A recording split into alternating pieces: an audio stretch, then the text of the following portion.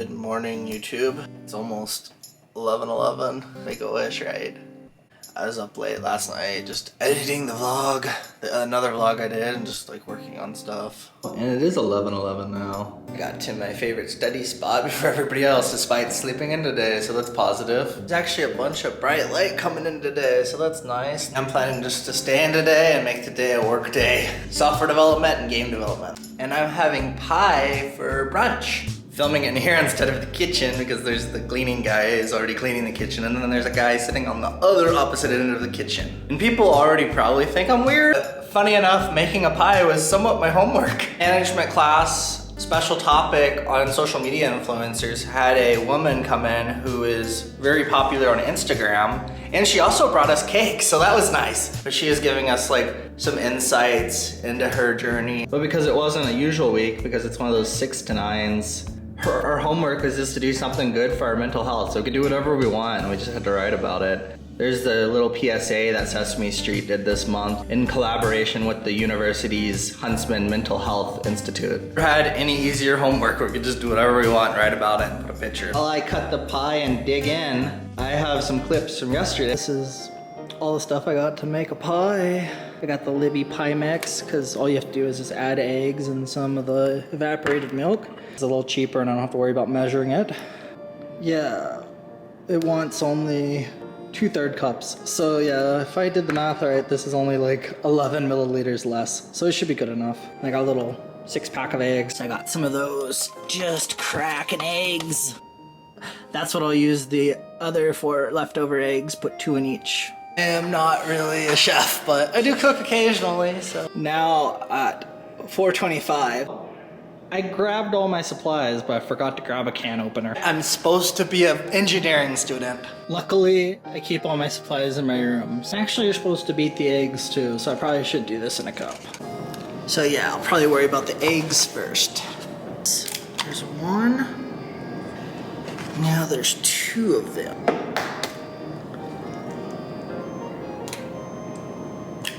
Okay, nice. Now I should go wash my hands. Okay, I broke the eggs and put my eggs away, so now I just gotta stir it up. There we go. That's probably a really good consistency. Now to the fun part, opening the can.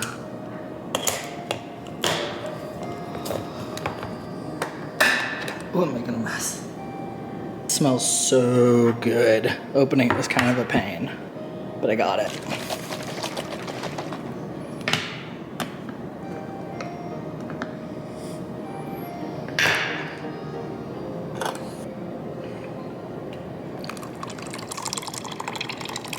Ooh, this is so satisfying.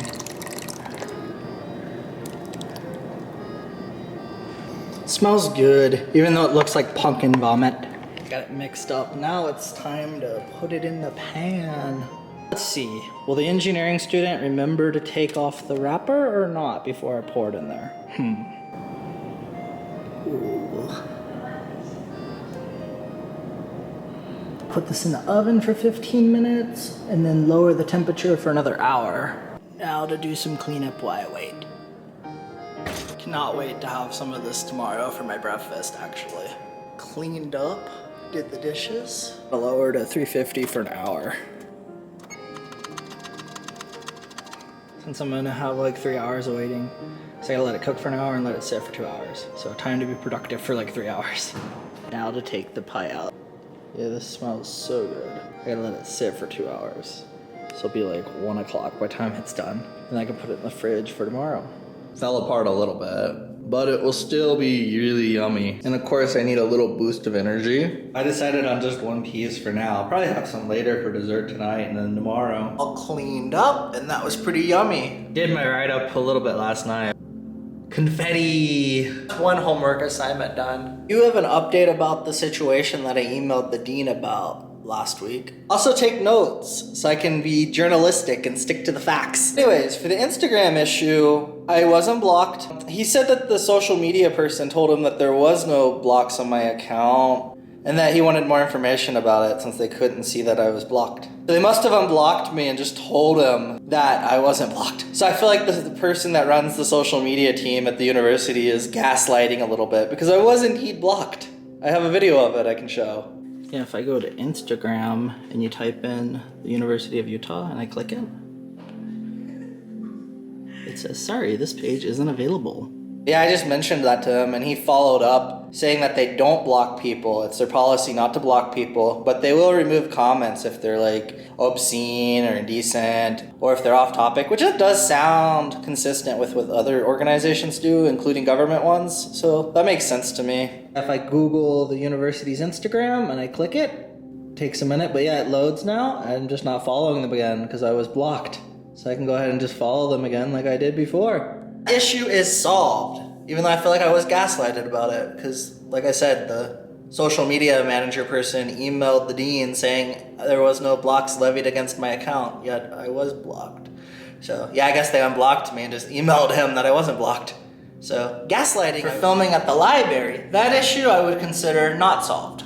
They got back to me that there's a privacy concern about what the people in the library are reading or potentially checking out, even though I wasn't focused on other people, just me and like the general area and what I was doing. And there's also an official written policy that filming must be for an academic purpose. He also said that it's not about whether people were in the clip or not, like the security person told me. So it seems more strict, and it also seems like people misinterpret it or they just have their own interpretation about it, which also feels a little weird because they actually have some podcast booths. So you're not allowed to film in the library, but there's podcast booths. But then again, those are kind of blocked off because they're soundproof, so maybe that's a little different. But technically the policy says you can't film in the library though anywhere, if people are in there or not. And they also don't really seem consistent on enforcing it, but I feel like probably because most people are using their smartphones instead of like a dedicated camera. So yeah, maybe if I wasn't using the Sony ZV-1, nobody would have said anything to me, but I know my iPhone's kind of old, so that's why I wanted a dedicated camera, because I didn't want to buy a new phone. Plus it's just easier to import footage from an SD card than copying from the phone, it seems. I'm also not sure how they would know if it's for a class or not, unless they asked you and they wanted to email a professor or somebody to verify it. But yeah, I don't agree with them, because I was like checking other universities, such as the UCLA, since they're near Hollywood, there's probably a bunch of vloggers and people filming. And their policy is like way more liberal, because it allows incidental filming if you're not disrupting the normal activities.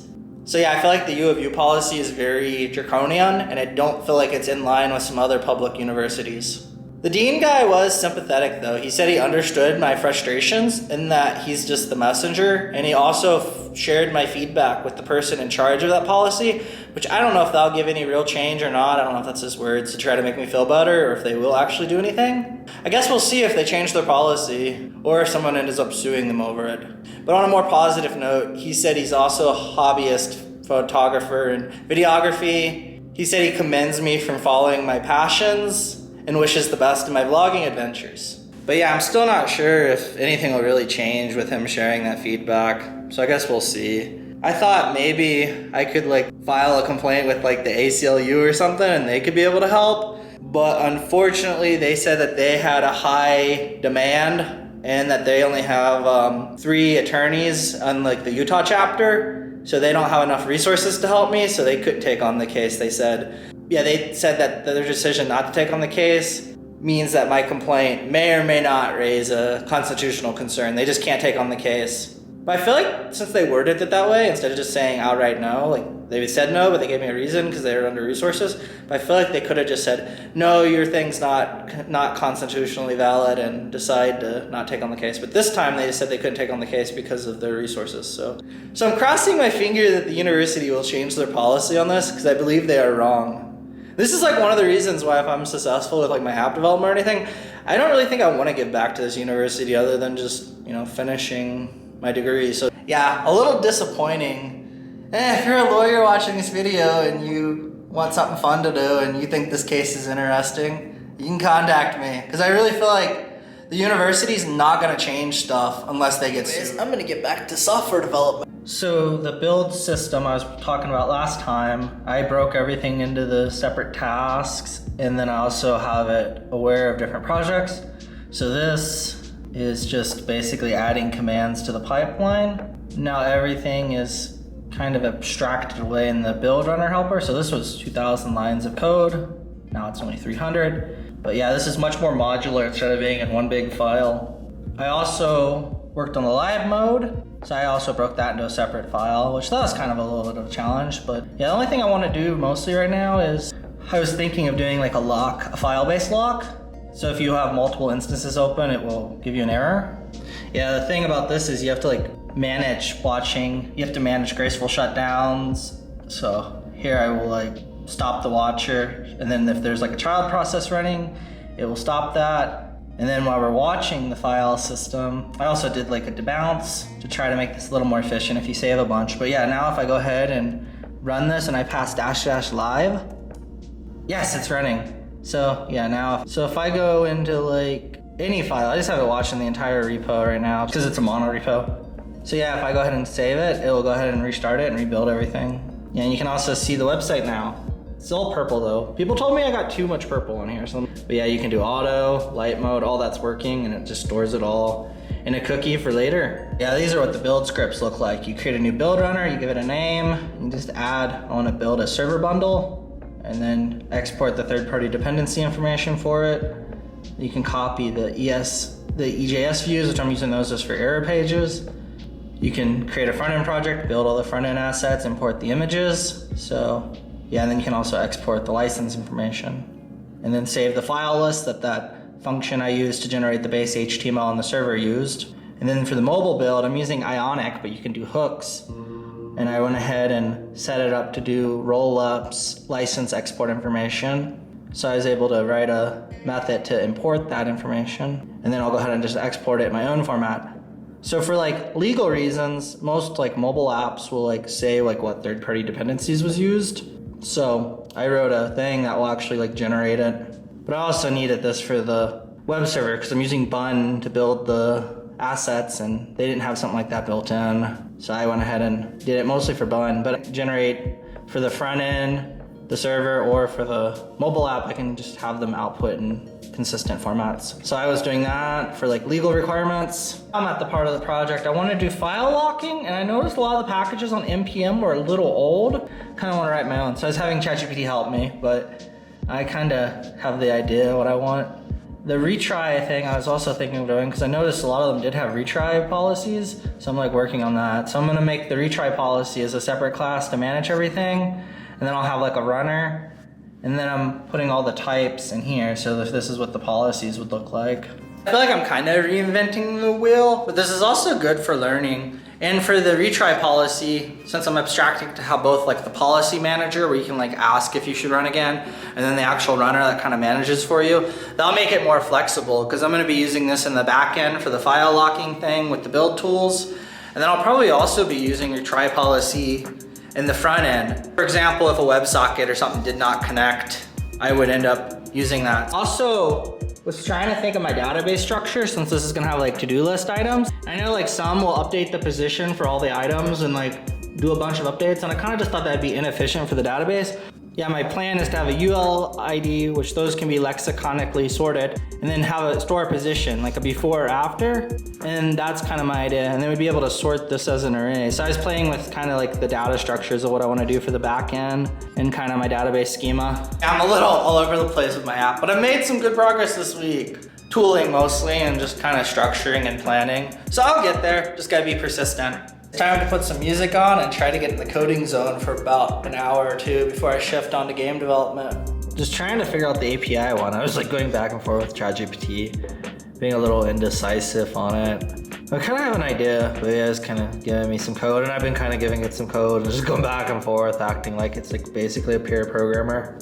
Though it's my summer goal to build this startup, any little bit I do here now for a couple hours here and there, work on it a little bit every day.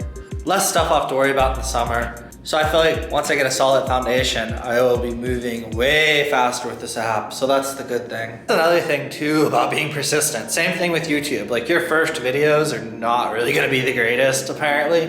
So yeah, what I'm gonna do is I'm gonna check the policy strategy and validate it in the constructor. And then this is also cool. I wrote this thing called the Aerodoc generator, and I documented it in my repo, but it generates code. Code generates code. It's all defined as a JSON schema, and if I run Yeah, so if I run my error.doc generator, it now has written a TypeScript file that has all the same information I gave it.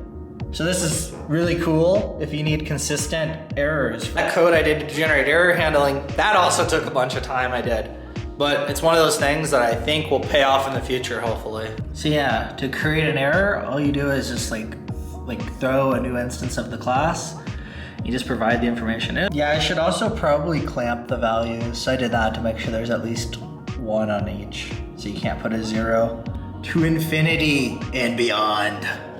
Yeah, I'm having it do that based on the name, but I know like you could technically put something that's not correct. And then I decided to cache it. But the other thing I'm kind of getting worried though, if I'm gonna have it be resettable, is that I have this now, and then I have this. I probably should, oh, that too. So I feel like I probably should nest all these together in like an object called like current state. It's going on 3 o'clock right now. I said I was gonna do some game development. I don't know. I'd rather just work on this even though I feel like I'm taking longer than I thought it would take. But yeah, it's weird right now because I like have a bunch of group projects for like my 2 game classes are group projects and nothing's due for like 2 weeks. I feel like nobody's really motivated to do anything. Like last time we did stuff last minute, so it's kind of stressful, but I've been trying to do a little bit here and there. Nice, I went ahead and did that idea and made a little interface from it. Here I set it, and then I also have the reset method down here. What I did, I made a function, a private method that'll just return an empty one so it will stay immutable. So that keeps it a little clean. ChatGPT generated this for me, but I was kind of like concerned like this would be hard to unit test. So I broke this into a separate file and made some unit tests for it. Kind of wanted to be sure if it was right, so I just asked another AI to get some feedback. I feel like with my startup idea, I'm kind of like disengaging with school lately, but plus I'm kind of annoyed with groups and stuff. Yesterday I was up late working on something, I overslept. We were doing playtesting of our mobile game. I go to class and my team, I guess one person was sick and the other person was traveling. But I overslept, got to class 15 minutes late. We were just testing each other's games. So the professor caught me up to speed, but I just felt really embarrassed about it. Because I thought the professor was kind of looking at me weird, but it might have been in my head. I've basically been programming our entire mobile game. I don't know, I just kind of feel like maybe professor or somebody would think I'm lazy for showing up late. But the rest of the team didn't show up. So I guess it's better to show up than not be there at all. And if I didn't show up, our game wouldn't have been play tested it anyways. I'm like so ready for this semester to be over, I put a countdown on my phone. And yeah, I also kind of feel like a lot of the stuff we do in college is meaningless. We do a project, we turn it in, we never see it again. We're never gonna touch these projects again, so months of work for something that's not gonna turn into a product, not gonna make money. We're basically paying money to work instead of getting paid to work. So that's like one reason I think college is a massive scam. I guess one of the big pro of my major though being game development, I can at least show off what I've made as a portfolio piece at least. It's looking like this part of the code is done. I went ahead and also did unit tests and then documentation, which of course the AI helped, but yeah, the retry policy is mostly just like an extraction layer. So it doesn't actually deal with doing timing and retries. It's just to keep track of the errors and calculating the delay and stuff. There we go. 735 editions. Well, some of that's documentation. Now the next goal is to actually write the runner that makes use of that policy class. And also, if you didn't want to use the runner I'm planning to build and wanted to have more control, you could use that class directly. I feel like this project is kind of like Russian nesting dolls in a way. You want to do this thing needs this thing, this thing needs this thing. Oh, and now this thing needs this thing. Like never ending, but eventually I'll have a good solid foundation.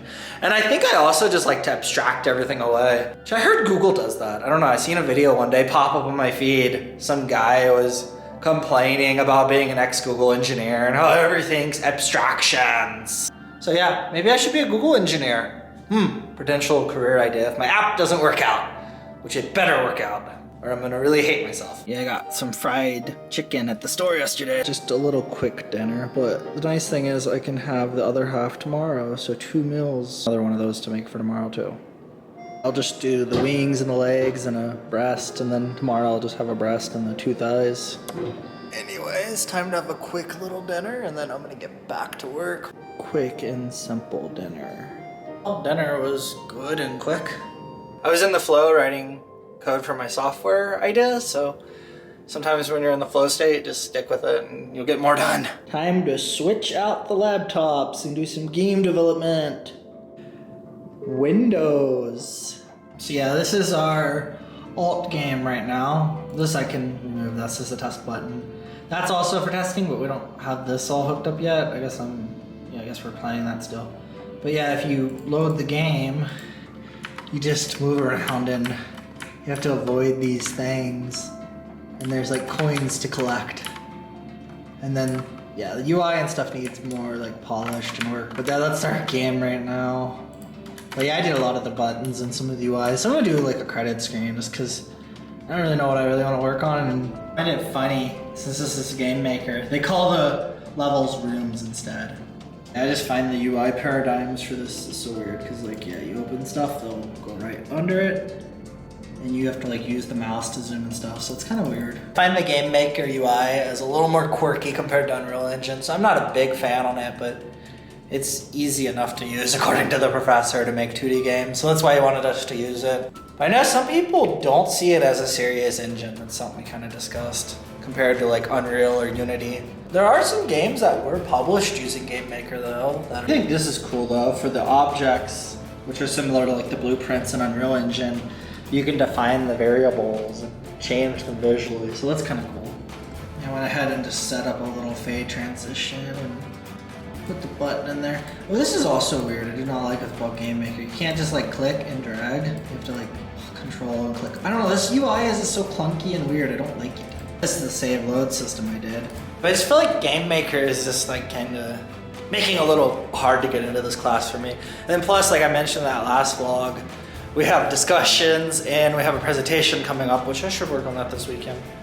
So yeah, we have like 3 different things at once in one class, not just making a game with a purpose. The next project I'm gonna be working on a little bit today is an Unreal project, which I feel like that's the engine I kind of want to specialize in if I got a job in the game industry. Decided I was getting a little chilly and put my hoodie on. Got some Powerade. Nice, the credits screen is now working. It's pretty simple. And also the thing does not fill up my whole screen. I think it's because it's the developer mode up here. Just gotta decide like what names people want to go by, because there's a couple people in my group that go by different names. International students, but they adopt like an English name instead. So I just want to make sure I get their names right, and then we also need to decide like what role they want to be credited with. And then we also need to figure out how to order it. I don't know if we want to just group it by role or do it alphabetical, because I don't want to do it in a fair way, so I don't know. I just sent them a screenshot with the placeholder and just asked, so we'll see. I get to move on to my Unreal project that we're doing. A cheap Android phone to test this with, since I'm like an iPhone person. So yeah, I did the credit screen, options, you can move the joystick, reset that's just for development. And then you can hit play. It is you like move the ball through these portals to get to the next level. Ooh, I actually got it. I thought I was gonna fall off. But yeah. And the idea is you get so many, actually I wanna show what it does. So like it says I had 3 lives remaining. If I go ahead and do this, there's 2 lives remaining and you can go to the store and buy more. But this is just like mock fake money. But our new idea is to add a timing mechanic. So you have to pick up little clocks to give them something more to do. But I just realized though, if you pause the game, the timer, so I have 44 seconds, I pause it, wait a couple seconds and hit resume. 42, 38, it just jumped. It kept going. So that's something I want to fix. And then also, we had a thing now where you can buy different skins, so that's our next little update. We're using Blueprint, so I need to hook this up somewhere, but I was Googling and I want to have it pause automatically when it goes to the background in case you don't hit the pause button. So that's one of the changes I'm going to try to make. And then the other issue with the timing, since I use Unix timestamps to keep track of it, I guess I'll just need to save the timestamp when you pause and resume and calculate the offset and add. One of the things about blueprinting, it was working fine, but when I go to build it, it's erroring. I think I'm just gonna go resave those data structures and pray that that works. That seemed to work. I just resaved 3 files and Now it seems to be building because I don't think it got this far last time. I also just thought before I test if that event works on device, well I guess I will still test it, but I should put some kind of failsafe just in case the event gets called twice for the save menu. I should check if the save menu is already open. Because if it got called twice, that could kind of mess something up. And then I need to like store the timestamp, like before and after, to offset the timestamps, to add how long it was paused for and update the countdown. It built successfully. So what I'll do, I'll go here and it will say install Universal Bat. I'll just click it and it'll run this bat script and it'll actually just install it on the phone. Oh, I accidentally opened another app on my phone. Oh, the camera. So when I have this little level helper object. So we check if it begins play and then I'll bind to this event now and that's what will happen. So I don't know why this happens. Every time I put when I install it on the phone, unless updating from the store, I guess I'll know if it happens there too, but it'll make us redo the whole like FTUI, the first time user experience. But yeah, I'll just go to level 1. And I should, if I hit this, yes, it did it! Nice. Yeah, it automatically paused without me hitting the button. Oh, and this is funny. If you die or win the game, which I just set a variable called isDead, even if you want, and just showed something different. But if you do it, the menu will come up in the background now. I made a macro called canEnterPause. It'll check if the player's not dead and it's not already paused. And if they both are true, it'll just go ahead and pass through the pen. So now it will, which I might just set that to true and false like I did here. I don't know, it probably doesn't matter. It's just a little check gate. Anyways, yeah. So now when the pause menu is pressed or called by the delegate for the event, it'll check if it's a gameplay level and not a menu level, because the menus are also levels. And then it will check if it can enter it. And then it'll go ahead and do all that and update the UI. And here's where I need to update the timestamps to do the offset when you resume. Well, I messed up my logic somewhere. If we load the game and I go to pause, resume, instant death. Actually, I know what I did. I put the time until timestamp. I meant the paused. I just set the time the game was paused. Now I resume, I made a macro that will offset the pending time. So this is where the logic's going. So if it doesn't need to offset it, so for example, if there's no time limit for the levels that don't have it in that, it'll just, so it checks if it needs both. If true, it offsets it, else it will just return. So yeah, I need to change the variable. Nice. So I got 26 seconds. If I hit pause, what was that, 24? Resume, yes. 21, 20. Okay, yeah. It's like close enough. Well, I mean, I guess pausing and unpausing does take like a second. Working now, nice. So that's fixed. Gonna go commit these changes. What I hate about Unreal's blueprint system, you can't diff it. Like regular code, really. It's all their own custom binary file. I feel like low code and blueprinting is really powerful though, but it has its quirks. But I like it because I feel like I can do a lot of stuff fast, and a lot of the stuff's already built into the engine. Just like maintainability and diffing and like collaborating with teams, it kind of gets messy because you can like step on each other. That's a possibility when you're doing version control, because you can't like diff it and merge like regular text files. Doing some Windows updates, and then I think I'm gonna take a break. Yeah, this is the setting I heard you should change to film better at night. I don't know how true that is, but I'll try it. So now it is off. Actually gonna have another piece of pie before I go on a walk. Surprisingly, it didn't really crumble up as much like it did this morning. Walk and see if this works better in low light with those setting tweaks I made. Actually kind of quiet in the common area. There's some girl in my cluster just screaming at somebody on the phone. Yeah, you can hear people all the way across the opposite side of the cluster. Refilled my water. I'm outside, curious if changing that setting made a difference. I guess I'll just have to walk and talk a little bit to notice if it made a difference. It is actually a lot colder than it was last Friday when I went on a walk. It says it's like 44 on my thing. I know 43 now, but yeah, it's kind of chilly, but I'm not gonna be out long. But yeah, I felt like today was a productive day because I worked on my startup idea, and then I did stuff for 2 different classes, so that's good. Did a credit screen, and then I fixed our pause and resume system for one of the games. A productive Friday, ironically, when most people go party. Ah, there's the library you're not allowed to film at. Which ironically, There's like people that'll study together in the little booths and they'll take selfies together. Are they technically violating the policy? Why don't security talk to them or kick them out? That's something I was thinking since I recorded my little response this morning. But yeah, I definitely disagree with their policy and kind of question how legal it actually is.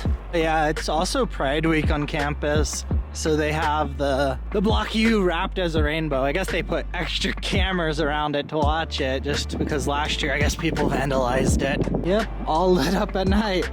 Yeah, I find that so progressive since this university is founded by a bunch of Mormons, but hey, get with the times. I think there's more people in this world worried about what other people are doing than what they're doing. Like the security guards at the library that don't like people filming. I mean, if people aren't hurting anybody, I mean, why should it matter?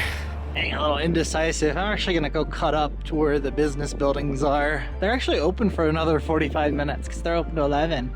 I wonder if they would scream at me for filming. Well, actually, after like 5 or 6 o'clock, there's like a desk and people work there, but after that, nobody's in the building other than like professors and students. That's just so weird. The library is like that. Business building has like motion sensing lights, so I don't think anybody's even in there right now. And who's gonna be there an hour before close on a Friday studying? Actually, I used to sometimes. But yeah, oh, now there's the lights. Yeah, I'm just gonna go to the bathroom, refill my water, and head back to Lassonde. I just feel a little weird sometimes when I'm like alone in the business building, but there's other people that will sometimes study here late. I know, like last year I did a bunch because there was a girl who basically was always in the study room with her boyfriend. So I would study here until like 10:30, 10:45, and then leave, right? Which I don't know if security sweeps it or what, but the cleaning people would be coming through, and I always felt weird being there late at night. Like sometimes I just hang out in an empty classroom because they like actually like put on the doors like a e-ink screen when classes are. So I just do that. And I always kind of thought the cleaning people probably thought I was weird, but I wasn't breaking any rules or anything. But yeah, I just feel like that's something that not many people probably do. Yeah, there's the main business building, and then the Garf building, the MBA building, which actually like studying on the second floor sometimes there's a nice little area.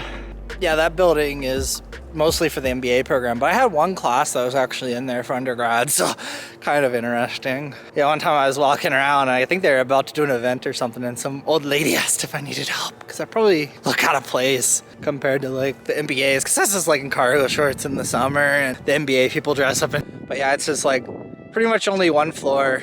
It says it's reserved for grad students, so it's technically like open to everybody. So that's like another little cool spot I like to study sometimes, because Lassonde's a struggle because we don't have desks in our rooms. Actually almost to Lassonde. Anyways, I'm gonna go wind down for the night, get ready for bed. I might import the video into the timeline, but I don't think I'm gonna edit it tonight. And then there's this audiobook I downloaded about how to be more productive. It's called The 12-Week Year. So I guess it's like how to get more out of your time. So I might listen to that. I don't know how good it is yet. I haven't got too far into it. But yeah, I'll see you in the next vlog. If you liked, make sure you hit that like button and subscribe. Anyways, yeah, I'll see you in the next one. Thanks. Bye.